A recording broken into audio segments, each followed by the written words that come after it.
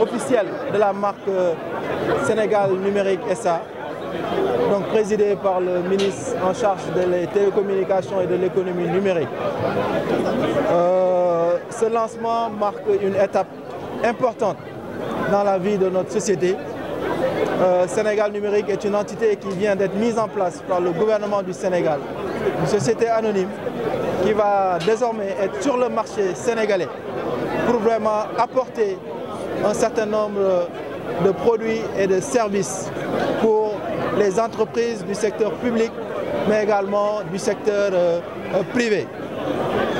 Ceci pour vraiment renforcer cette digitalisation tant voulue par le chef de l'État depuis son accession à la magistrature suprême, mais également pour pouvoir rentabiliser l'ensemble des investissements qui ont été consentis par l'État pour le compte de l'État du Sénégal.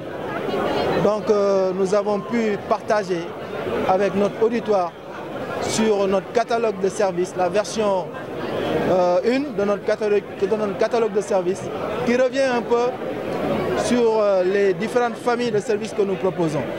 En résumé, c'est des services liés à l'hébergement dans nos data centers, c'est des services liés à la connectivité, notamment sur la fibre optique déployée sur tout le territoire national, qui est désormais ouvert au secteur privé.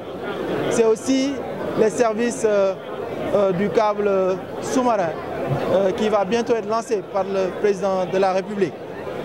C'est également les services que nous donnons dans le cadre de la formation avec Sénégal Digital Academy, que nous déployons dans le cadre de InnovLab, qui est aujourd'hui une entité qui va accompagner les startups à travailler sur des problématiques de l'État.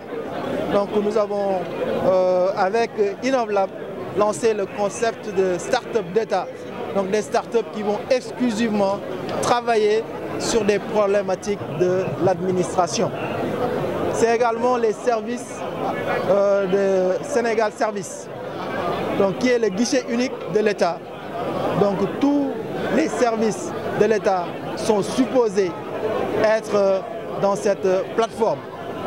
Donc nous avons déjà déployé les espaces Sénégal Service dans tout le pays et des services ont commencé à être délivrés et de plus en plus les services de l'État vont être présents dans ce guichet unique, au niveau physique dans les départements, mais également au niveau digital avec la plateforme Sénégal Service.sn qui est également téléchargeable au niveau de Android et de Apple Store. Donc voilà tous les services qui vont désormais être ouverts au secteur public comme au secteur privé, national comme international. Monsieur le directeur, on parle également de sécurité. Ce lancement aussi marque vraiment une étape importante dans le cadre de la souveraineté de notre pays. Parce que le président Macky Sall tient à ce que les données des Sénégalais restent au Sénégal. Et dans ce cadre, nos infrastructures sont prêtes vraiment à accueillir le maximum de plateformes de données. Donc que ce soit pour les administrations, mais également pour le secteur privé. Donc on a une offre dédiée aux PME, PMI dans le cadre de cet hébergement au niveau du Sénégal, mais également aux différents startups qui agissent au sein de notre pays. Donc la cybersécurité n'est pas en reste, parce qu'au-delà de pouvoir faire ces plateformes numériques, mettre en place ces infrastructures, si notre pays se digitalise, nous nous exposons à la cybercriminalité. Donc il nous fallait donc aussi donner une offre liée à la cybersécurité avec nos experts pour pouvoir davantage renforcer la sécurité de nos systèmes d'information et avoir un dispositif d'alerte 24 heures sur 24, 7 jours sur 7 sur l'ensemble des failles que nous allons détecter, mais également des attaques que nous allons subir pour pouvoir faire face à chaque fois.